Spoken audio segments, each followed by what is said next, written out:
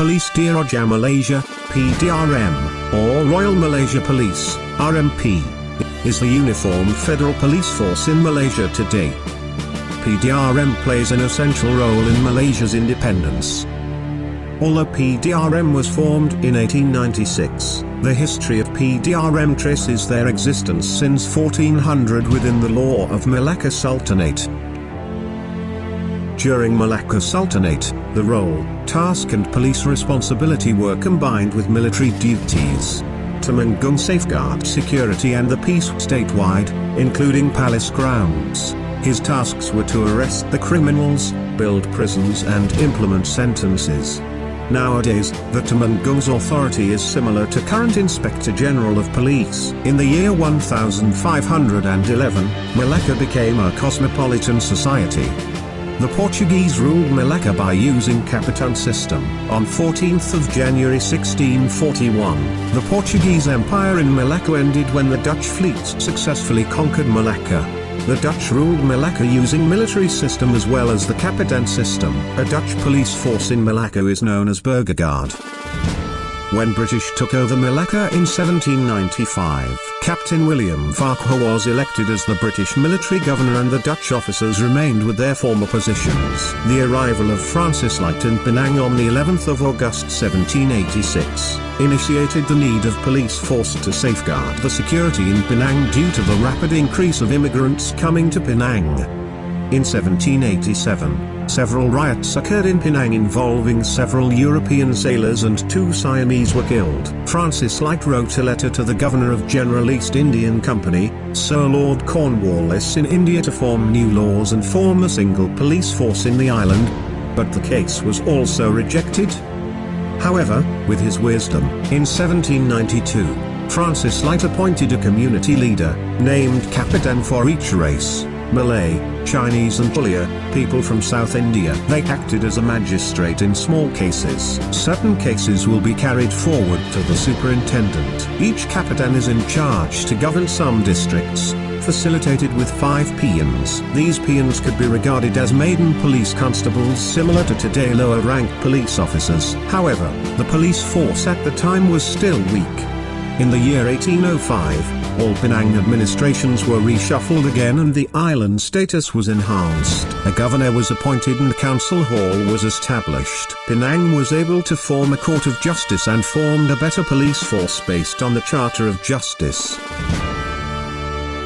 Singapore progressed rapidly under the British East India Company, resulting in Malacca and Penang getting left behind. The development also involved the police force. The 3 British colonies in Malaya were united to overcome the situation with Penang as the administration centre. The unification results in Straits Settlements police forces to be established in 1826. Perak pioneered British resident system that was established in the Malaya states. In 1895, 4 federated Malay states were merged into a federation.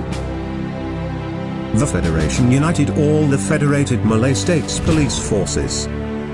Federated Malay States Constitution. As the result in the formation of Federated Malay States, the police force, customs, Department of Survey, Labour and Defence departments were placed under government jurisdiction headquartered in Kuala Lumpur effective on the 1st of July 1896. Federated Malay States Police Force was headed by the Police Commissioner. Perak, Pahang, Selangor and Negeri Sembilan made up the police contingent and were headed by a state chief of police. Chief police officers, under Captain H.C. Says, Federated Malay States Police underwent some changes. To raise union sense, the blue-collar uniform was introduced. Every state uniform was differentiated by the shape of the button and badge. A training center or depot was established at the Compound Bluff Road in October 1903 to recruit local police force. However, in 1941, the training program at the center was ceased due to the invasion of Japanese Imperial Army at that time. Most of the officers were taken to participate in protecting the country against the threat of the Japanese army. The eruption of World War II caused the Federated Malay States Police to be liquidated during Japanese occupation due to minimum measures taken by the British government to uphold Malaya. In 1941, after Malaya had fallen into the hands of Japanese, Pulapol served as their military police headquarters. Pulapol was turned into Japanese stronghold or Markust Kamputai. The British side tried to set up a constitution of Malayan Union. There were violent oppositions for this plan, considered as efforts to exchange Malay state's position to a country home. This plan discharged at the 1st of April 1946. In accordance with this development, on the same date named Civil Affairs Police Force, Malay Peninsula was converted to Malayan Union Police Force. The Federation of Malaya gained independence from the British Empire on 31st of August 1957. The police force received the title Royal to the Federal Malaya Police Force on the 24th of July 1958, bestowed by DYMM Suri Paduka Baganda, Young Di Patuanagan, Almaram Tuanku Abdurrahman Ibni Almaram Tuanku Muhammad, due to outstanding performance and contribution during the state of emergency, and also in recognition of their good service and loyalty shown by all policemen in maintaining the peace since the formation of police force in 1807.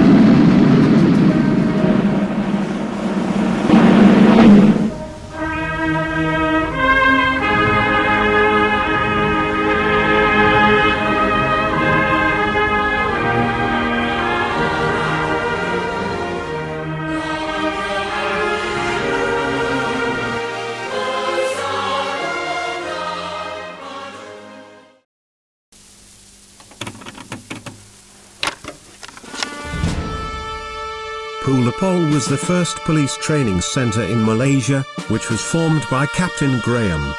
The training centre was formerly known as Police Depot and originally located in Bluff Road. Later renamed as Bukit Aman Street. Currently, it is the location of police headquarters Bukit Aman. The location was originally strategic for the previous Malay States Guides headquarter in Kuala Lumpur. The entire land area of Pulapol is measured to be 249.5 acres. In 1905, the centre admitted its first intake of trainees, where 201 Malays and 219 Indian recruits were accepted. Continuously, the capacity of trainees kept increasing. Thus, in 1920, a new location was proposed for the relocation of the training centre. However, it was postponed due to economic depression until it was reviewed 5 years later. An area was chosen in Gurney Road, and the construction of the new training centre, Pulapol, was conducted throughout 1930s. Later in October 1940, after the construction had completed, Pulapol in Bluff Road was transferred to Gurney Road, currently Jalan Sultan Yahya Petra, Kuala Lumpur. After Japan surrendered in August 1945, the training centre was retaken over by British, and it was later reconstructed as the largest training centre for the police force. The position of commandant in charge of the training centre was offered to Mr. J.D. Fairhead in 1945 until 1946. That was how British kept controlling the training centre until 1957, when Malaya was granted independence. After independence in 1957, the position of commandant was transferred back to the local inhabitant, and Tuan Mirakan Sultan became the first Malay commandant of Pulapol, beginning from 25th of November 1957 until 24th of November 1959. The training centre was succeeded by 44 commandants within 1940 to 2007. In 1977, the training centre was named as Pusat Latihan Police, Pulapol.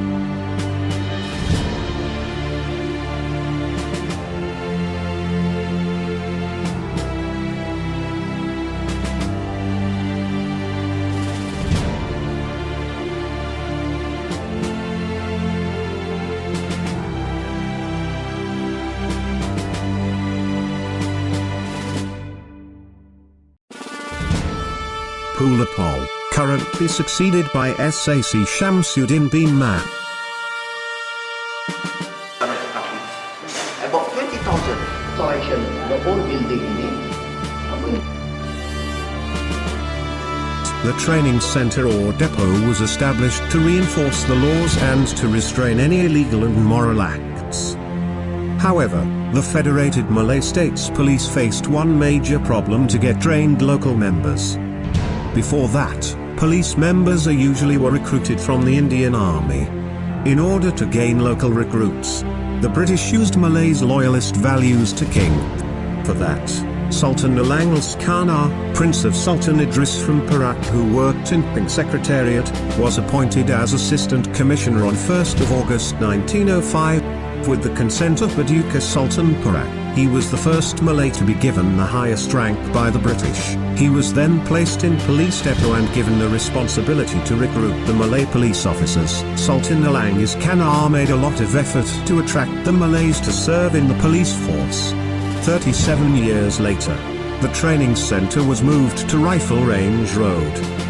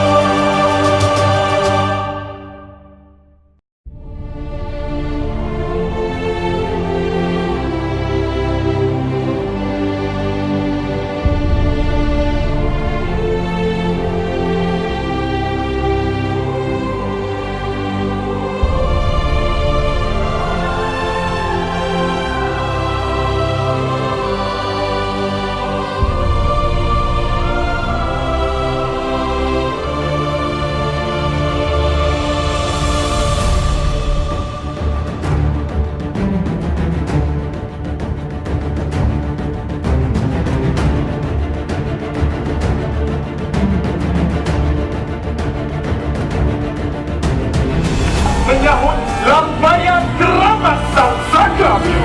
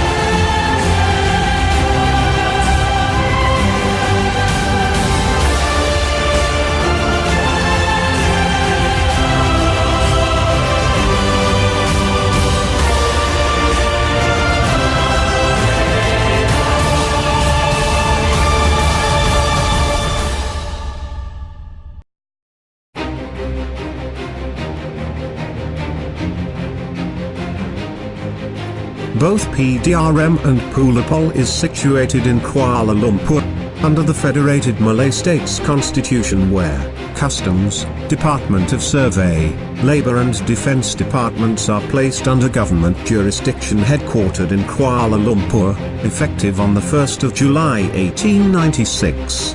The need for a strategic location was imperative due to the increasing number of trainees. The police depot in Bluff Road, presently known as Bukit Aman, was transferred to Jalan Henry Gurney, currently known as Jalan Sultan Yahya Petra.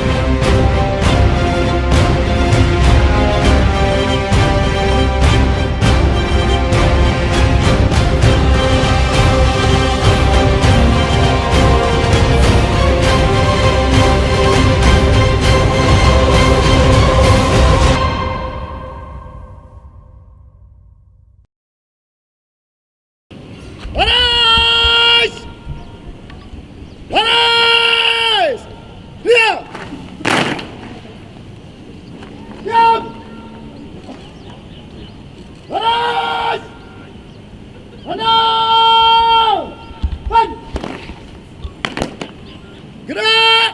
Ke kanan! Kanan! Sing! Dan tirai! Lawan! Kanan!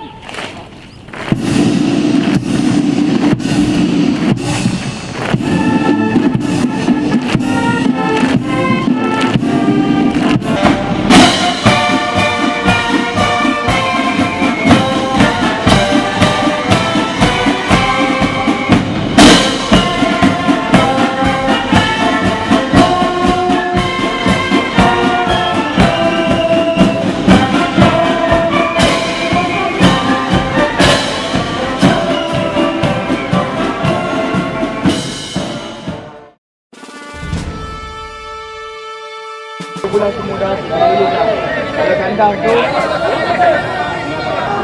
bola.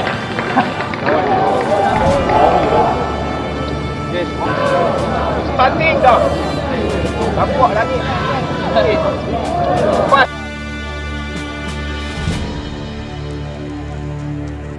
3, 4, 5, 6, 7, 8.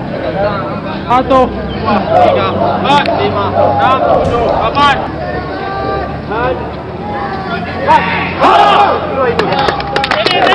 Itulah latihannya. Benda macam ni, kita suka-suka buat. Benda-benda macam ni, dia punya efek besok apabila kita nak menjadi latihan tembak. Nampak kalau kita first impression, tengok teruk. Nampak? Teruk ni kan. Kalau kita first impression lah. Tapi kalau dia punya untuk kebaikan dia, besok dia akan tembak sebelah tangan. Mana dia punya kekuatan tangan dah ada dah. Kita tak payah nak pergi dia. Situ kita cerita ni sebagai jurulatih, kita kena beritahu apa impact dia, apa kesan dia. Kita beritahu. Satu pelaton ada lebih kurang dalam 25 pelatih. Jadi ketepatan masa akan dicatat apabila dia sampai di sini. Ini garisan penamat. Garisan permulaan di situ. Dan di situ dia ada dia punya garis panduan dia, umur sekian-sekian, berapa jangka masa dia.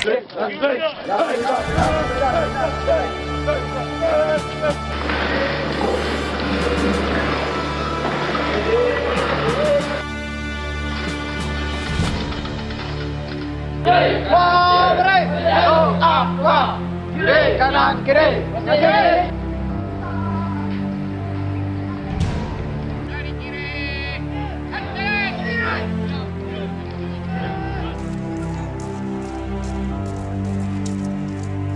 Hidup berbahagia, aman sentosa, boleh sedia beriman, dekati lengan.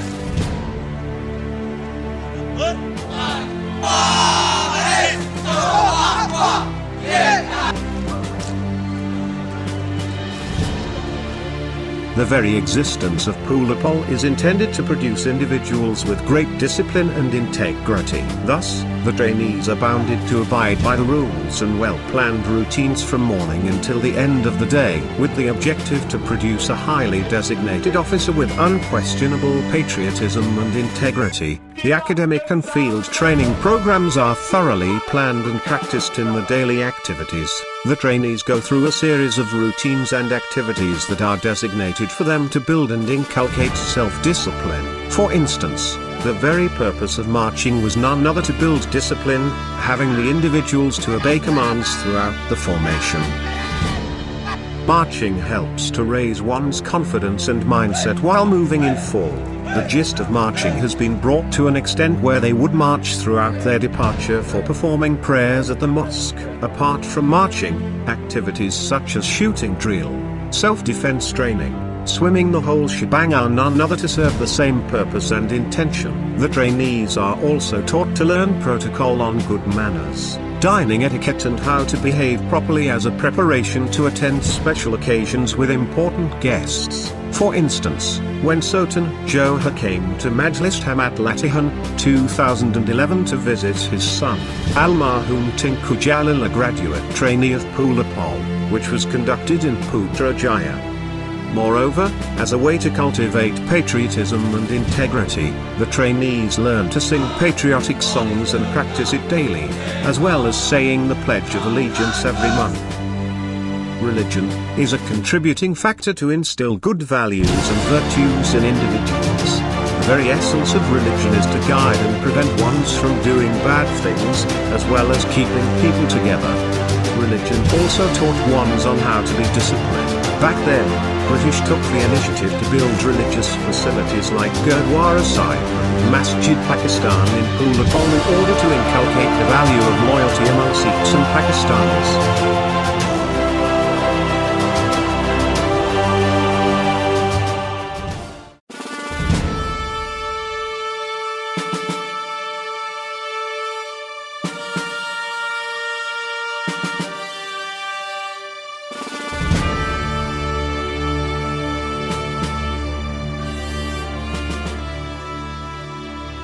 SEKOLAH BATU LAMA was built on strip foundation.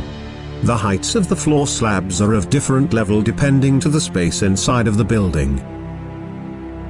The reinforced concrete columns erected on the floor slab are directly connected to the concrete foundation under the ground. The arrangement of the columns is based on the position of the pad footing foundation. The column was designed with a rectangular shape with bare decoration on it. At the end of the column, the concrete beam was built to support the upper structural part. The beams are laid horizontally, from left to the right of the building to tie each column. The beam is only formed if there is a line connection between the columns.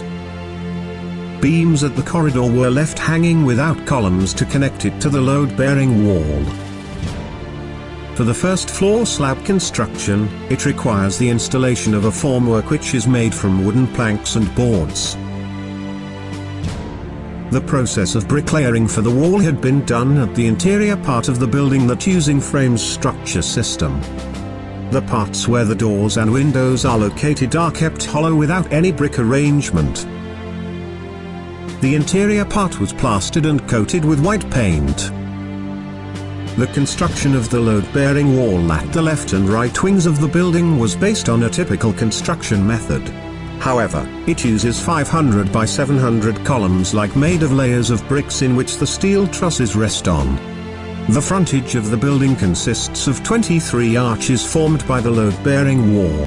At 5,200 mm height, the arches are formed with the brick arrangement to connect between two piers. Then, the top of the arch is layered with bricks based on English bond pattern same as at piers part. A hollow space is made during the construction process of the wall.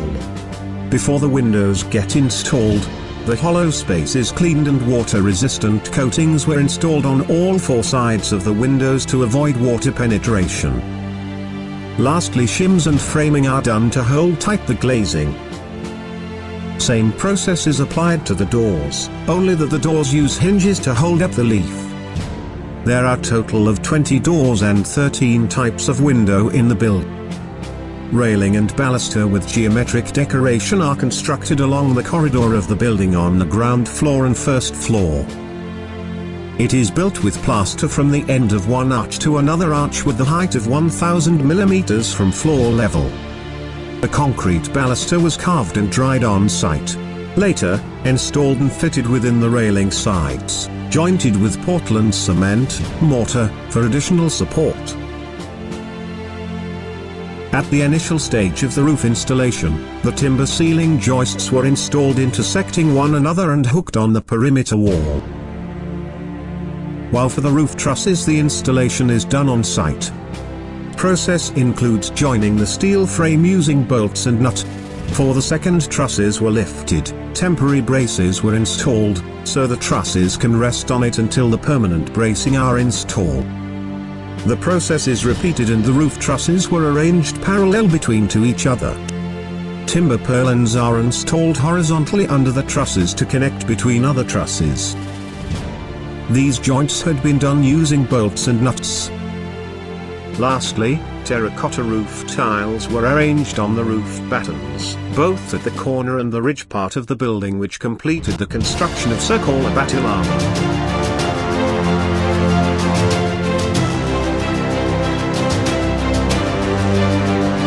system had played a prominent role for years since its commencement. The establishment of police system had very much contributed to a peaceful Malaysia.